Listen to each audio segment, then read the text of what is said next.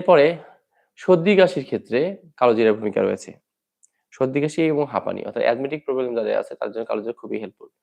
উদাহরণস্বরূপ বলি আমি নিজে এর ডিরেক্টলি পেয়েছি এপ্লাই করে। সেটা হচ্ছে যদি কেউ কালোজিরা, রসুন, সরিষার তেলে ভেজে আ খায় তাহলে এবং বুকে পিঠে মাখে আ সার্টেনলি আ থ্যাংক ইউ সতীব কাকির।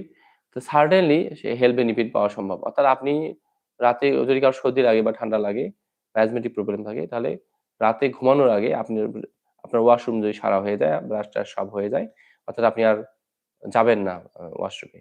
কারণ পানি যদি এরপর ধরেন তাহলে কার্যকারিতা কম পাবেন। দ্যাটস ওয়াই আপনি ওয়াশরুম ছেড়ে রাতে আর মনে হয় ওয়াশরুমে আপাতত যাবেন না। বরং মধ্যরাতে বা ভোর রাতে বিষয়টা আলাদা।